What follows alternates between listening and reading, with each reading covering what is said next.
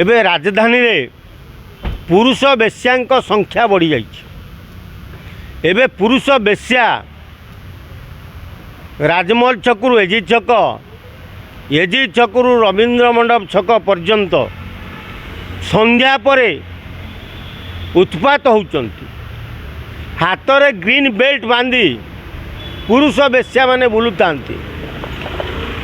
आओ बहु बड़ बड़ ऑफिसर घर ऑफिसर स्त्री माने हाई फाई परिवार महिला माने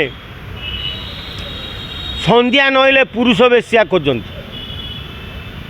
आ पुरुष बेश्या को यही जगह मान उठे नहीं रात्रि जापन कराती। आ रात्रि जापन पर